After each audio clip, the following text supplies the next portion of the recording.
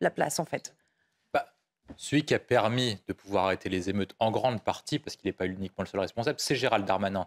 Il faut se rappeler qu'au début des émeutes, avec des propos maladroits du président de la République, une ligne qui n'était pas adaptée d'Elisabeth Borne, c'est la ligne sécuritaire de Darmanin avec une présence policière très importante au troisième soir des émeutes qui a permis de limiter les dégâts. C'est la présence policière, l'arrivée du RAID, l'arrivée du GIGN, des mesures de politique de justice qui soient beaucoup plus importantes, basées sur l'interpellation, les mandats sous dépôt pour pouvoir juger les personnes très rapidement et ensuite les foutre en prison, qui a permis de limiter les émeutes, même s'il y a d'autres facteurs qui peuvent être mis en cause, comme les grands frères, les caïds et les trafiquants de drogue.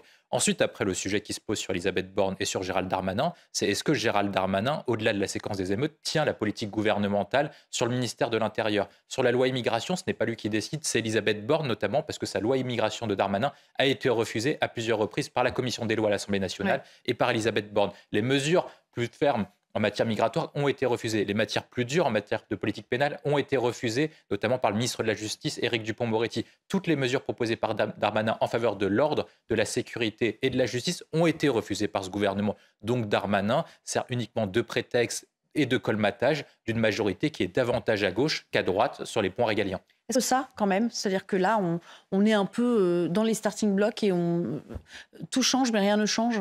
Non, mais là, il y a un véritable problème. Il est à bout de souffle. Un an après sa réélection, il est à bout de souffle. Un an après la nomination d'Elisabeth Borne, le gouvernement est déjà à bout de souffle. Ils n'ont quasiment aucune perspective et quasiment aucun moyen de redresser la barre. C'est-à-dire qu'ils ne peuvent pas élargir la majorité ni à gauche, dans la mesure où la fracture avec la NUPES est de plus en plus importante et l'écart idéologique entre Jean-Luc Mélenchon et Emmanuel Macron est de plus en plus importante. Et l'écart idéologique entre les Républicains et le gouvernement est de plus en plus important dans la mesure où les Républicains mettent l'accent non pas sur les finances publiques et sur l'économie, mais sur l'ordre, la sécurité et le régalien.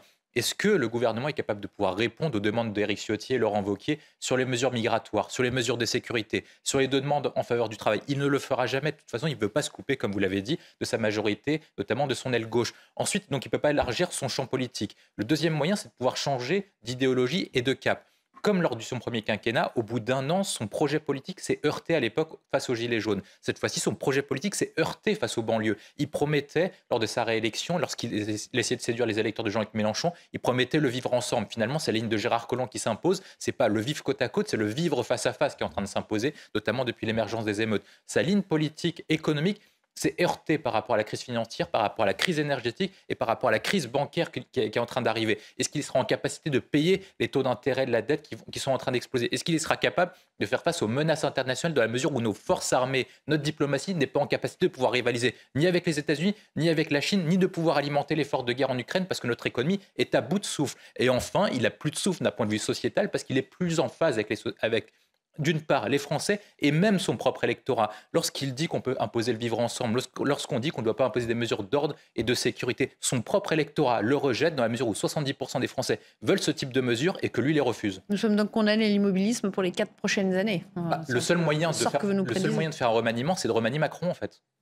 Ou procéder à une dissolution, ce qui ne fait les manuels scolaires. Il ne rentrera pas dans les annales des manuels scolaires, a priori. Simplement sur papier. Mais vous pensez qu'il peut rester? C'est le ministre de l'Éducation nationale le plus nul depuis Najat Vallaud-Belkacem. C'est le plus nul. C'est-à-dire il est aux antipodes de ce qu'il faudrait faire pour l'éducation nationale, en termes de mérite, en termes d'effort, en termes d'apprentissage, d'enseignement des fondamentaux, et de séparer l'éducation pour les parents et l'instruction pour les élèves. Mais en termes de message politique? Et je pense que si par cas, le président de la République et la première ministre décident de conserver quelqu'un uniquement pour embêter une chaîne de télévision ou embêter un grand patron, un grand industriel français, uniquement à des fins politiques, ce serait dommage pour l'avenir de tous les enfants qui vont malheureusement entrer une nouvelle année scolaire en difficulté après avoir passé 2 ans sous crise sanitaire. Mais c'est tout ça, ils disent mais non, vous inquiétez pas, il n'y aura pas de répercussions sur les impôts. Or, on est en plein dedans là, non. Non mais Emmanuel ça, ce Macron, sont des promesses de Gascon en fait. Emmanuel Macron n'a pas mené une complète mauvaise politique économique depuis son élection en 2017, notamment sur l'attractivité française et sur les investissements étrangers. Par contre, sur tous les signaux macroéconomiques, dette, dépenses publiques par habitant, niveau de pression fiscale, c'est la catastrophe à tous les niveaux. Je vais expliquer pourquoi. Parce qu'on dit que les impôts baissent. Ce n'est pas vrai. Ce qu'il faut regarder, c'est la part des prélèvements obligatoires en pourcentage du PIB.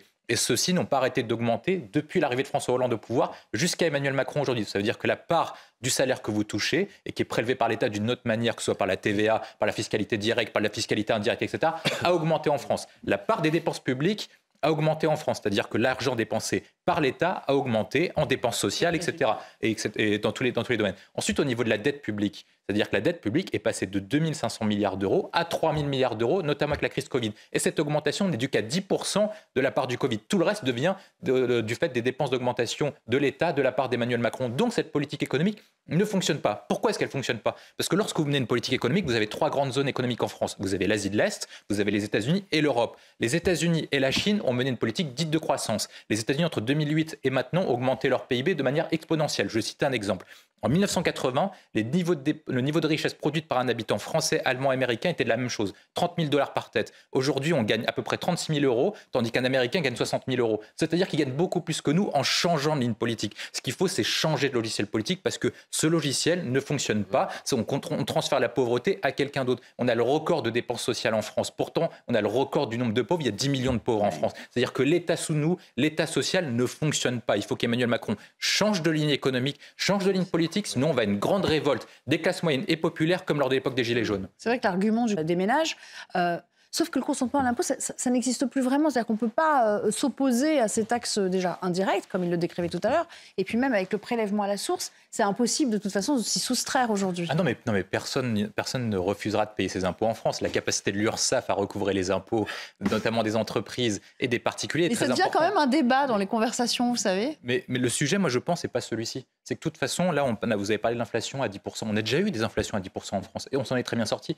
Pourquoi on s'en est très bien sorti? Parce qu'on produisait davantage et parce que l'augmentation des salaires était supérieure à l'augmentation de l'inflation. Je ne dis pas qu'on ne peut pas augmenter les salaires. Je ne dis pas qu'il faut augmenter les salaires, pardon. Je dis juste qu'il faut changer de modèle. Lorsque vous avez des problèmes d'alimentation, c'est normal. C'est parce que vous n'avez pas assez de produits en circulation par rapport à la demande qui est fournie. Si vous avez plus de produits en circulation, eh ben, le marché s'adaptera automatiquement de la même façon sur tous les éléments. Et le problème de ça, c'est en lien avec votre premier sujet sur la politique énergétique. La politique énergétique incite à la sobriété, donc à produire moins et à consommer moins. Donc on est rentré dans une spirale de la loose et de la déflation et de la décroissance, alors qu'il faut faire l'inverse. Pour s'en sortir, comme le font les autres pays, c'est qu'il faut un impact de croissance, de production et de nivellement par le haut, alors que nous, on fait une spirale de déflation, de décroissance et de nivellement par le bas. Donc il faut arrêter.